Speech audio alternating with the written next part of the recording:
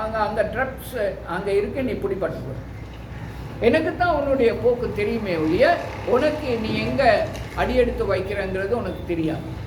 ஆனபடினாலே மிகவும் கவனமாக இருக்கிறதாக 4வது காரியத்தில் கட்டப்பட்ட அடிமையாக ஒரு மகனை அவர் உருவாக்கி கொண்டு வருகிறார். அருமையான ஊழியக்கார பிள்ளைகளே, இன்றைக்கு எங்களுடைய ஜீவியத்திலே தேவனுக்கு கட்டப்பட்ட அடிமையாக நாங்கள் இருக்கிறோமா, அல்லது சுயாதீனம் எங்களுக்கு கொடுக்கப்பட்டிருக்கிறது என்பதாக சொல்லி உலக பிரகாரமான பெற்றோர்கள், நான் உதாரணமாக சொன்னேன் இல்லையா, அவனுக்கு விருப்பமானதை செய்வோம், ஏன்னா அவன் மனம் கெட்டு போயிடும் அப்படின்னு சொல்லிட்டு விட்டு விடுகிறதை போல கர்த்தர் விட்டு விடுகிறாரா? இல்லை. வேதம் சொல்லுகிறது கர்த்தருக்கு அடிமையாக அவர் வைத்திருக்கிறார். இந்த காரியத்தை சரியான முறையில் விளங்கிக் கொள்ளாத ஊழியன் ஒரு ஊழியனாக வரவே முடியாது. கர்த்தர் வேண்டாம் என்று சொன்னால் அந்த காரியம் எவ்வளோ கோடி கோடி ரூபாய்களை எடுத்து கொடுத்தாலும் வேண்டாம் வேண்டாம், கர்த்தருக்கு பிரியம் இல்லை. அவருக்கு நான் அடிமை, அவருக்கு மேலே நான் எழும்புறதுக்கு முடியாது. என்னை சின்ன காலத்திலிருந்து தேவன் தூக்கி வளர்த்தவர், நடக்க பழக்கினவர். எவ்வளோ பிழைகளை நான் செய்த போதிலும் கூட இந்த விதமான ஒரு நிலைமையிலே நான் வந்து அந்த நிலைமைக்கு கொண்டு வருகிறதுக்கு அவர் என்னை வளர்த்து ஆளாக்கி இருக்கிறார். இனிமே இந்த ஊழியத்தில் அவர் சொன்னதைத்தான் நான் செய்கிறேனே ஒழிய இனிமே எனக்கு விருப்பமானது வேண்டாம் அப்படின்னு சொல்லக்கூடியதான ஊழியக்காரர்களாக நாங்கள் மாற வேண்டியது அவசியம். நாங்கள் எங்கே இருக்கிறோம்? ஒவ்வொரு காரியத்திலையும் நாங்கள் கேட்டுக்கொள்ள வேண்டியதான காரியம், என்னுடைய ஊழியத்திலே நான் எந்த இடத்துல இருக்கேன்? இன்னும் குழந்தையாகத்தான் இருக்கிறேன்னா, இன்னும் நான் ஒரு பிள்ளையாகத்தான் என்னை ஆண்டவர் கையை பிடிச்சி நடத்திக்கிட்டு இருக்காரா? இன்னும் நான் ஒரு மகனாக எனக்கு வேண்டிய அகம்பாவத்தோடு எனக்கு வேண்டியதை செய்து கொண்டு சபைக்குள்ளே சபைகளையும் குழப்பிக்கொண்டு பெரிய போதகர்மார்களுடைய பேச்சுகளை கேட்காம எனக்கெல்லாம் தெரியும் என்கிறதான காரியத்தை நான் செய்து கொண்டு இருக்கிறேனா? அல்லது போனால் நான் தேவனுக்கு அடிமையாக இருக்கிறேன்.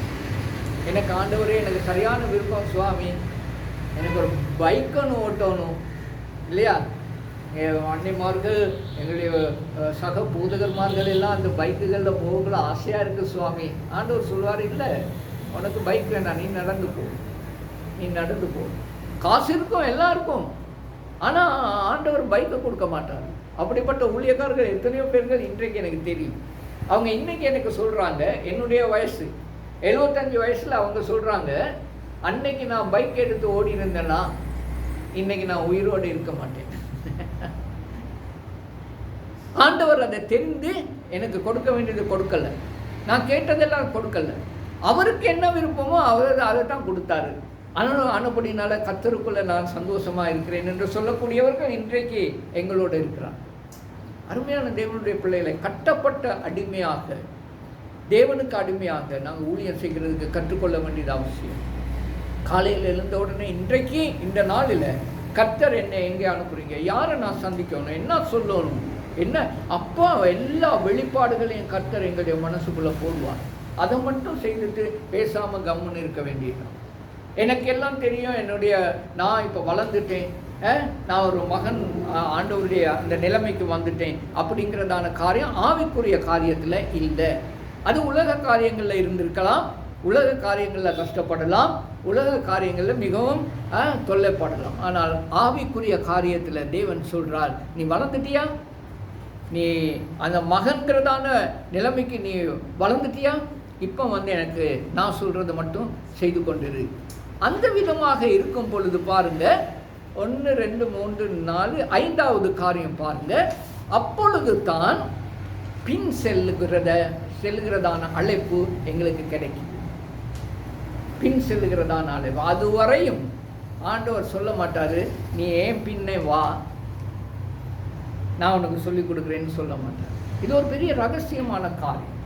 நாங்கள்லாம் ஊழியம் செய்யும் பொழுது எப்படியும் குருசைடில் துண்டு பத்திரிகை கொடுத்து கொண்டு நாங்கள் இருக்கும் அந்த காலத்தில், எத்தனையோ வருஷத்துக்கு முன்பதாக அந்த காலத்தில் நாங்கள் நினைத்ததுண்டு. இப்போ எனக்கு எல்லாம் தெரியும். எனக்கு இப்பொழுது ஒரு சபையை கொடுத்தா நான் அழகா அடிக்கிறேன். ஏன்னா எங்களுக்கு நாங்கள் பாட்டு பாடுவோம் இல்லையா, பாஸ்டருக்கு தெரியும் நல்லா. அந்த காலத்தில் நாங்கள் எந்த விதமாக போய் போய் போய் போய் பெரிய கூட்டங்களை வைப்போம், எந்த விதமாக நாங்கள் இன்டர்பிரேட் பண்ணுவோம், எந்த விதமான காரியங்கள். இப்போ எனக்கு இந்த இன்சார்ஜாக கொடுத்துட்டாங்கன்னா நான் செய்வேன் அப்படின்ட்டு நாங்கள் நினைத்த காரியங்கள், நினைத்த காலங்கள் உண்டு. அந்த காலத்துல எல்லாம் எங்களுக்கு சான்ஸ் கிடைக்கவே இல்லை. இப்போ சாக போகிற வயசில் தான் 4 பேரை முன்னுக்கு உட்கார வச்சு சொல்கிறாரு, இப்போ நீ படிப்பி அப்படின்னு. ஆண்டவரே அப்பன்னா எனக்கு சொல்லியிருந்தா என்ன மாதிரி கும்கும்னு நான் கொடுத்துருப்பேன். இல்லை, அந்த நேரத்துலலாம் உனக்கு அந்த அறிவே இல்லை. நீ வளர்ந்து தான் இருந்தேயே ஒழிய தாடியும் மீசையும் வச்சுக்கிட்டு பெருசாக வளர்ந்து ஊழியக்காரன் நீ இன்னும் குழந்தையாக தான் இருந்த. நீ இன்னும் நான் கைப்பிடித்து நடக்கக்கூடிய பருவத்தில் தான் நீ இருந்த. உனக்குன்னு ஒன்றுமே நீ சுயாதீனமாக செய்து கொள்ளக்கூடிய தன்மை இருக்கல்ல. இப்போ நான் உன்னை அடிமையாக வைத்திருந்து உனக்கு கொடுக்க வேண்டிய அத்தனை விதமான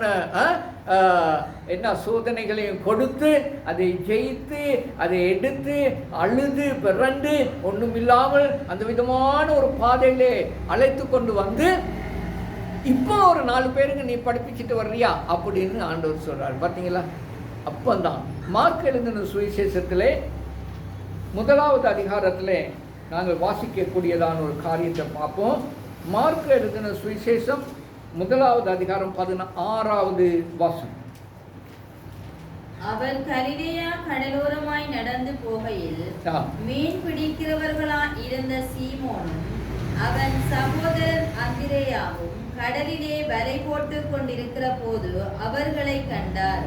இயேசு அவர்களை நோக்கி, என் பின்னே வாருங்கள், உங்களை மனுஷரை பிடிக்கிறவர்கள் ஆக்குவேன் என்றார்.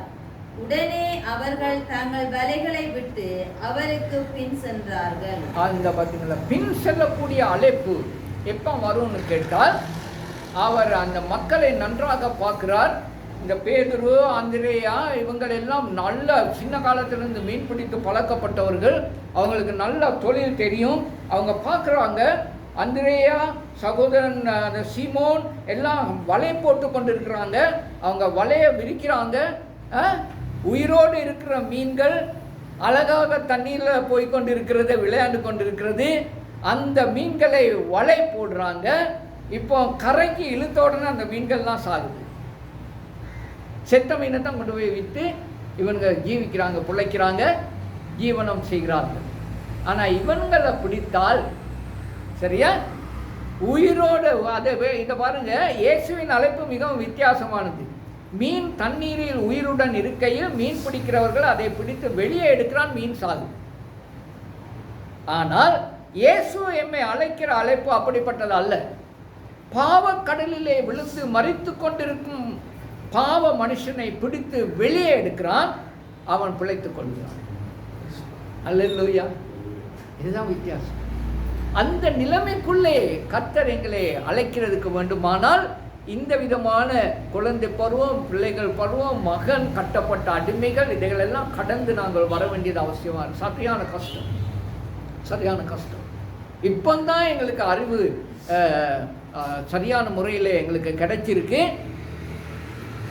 நல்ல உயிரோடு இருக்கிற மீனை அவன் பிடிக்கிறான், வெளியே எடுத்தோன்னே சாகுது.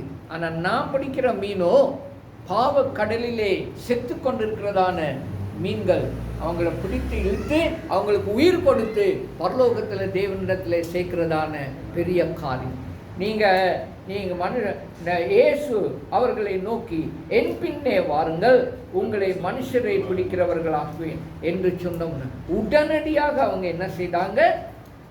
சகல காரியங்களை விட்டு விட்டு வந்தாங்க. வலைகளையும் எடுத்துக்கிட்டு, மீனையும் எடுத்துக்கிட்டு, செபதேவியையும் கூப்பிட்டுக்கிட்டு, அம்மா அப்பாவையும் கூட்டிக்கிட்டு அவங்க ஊழியத்துக்கு வரல.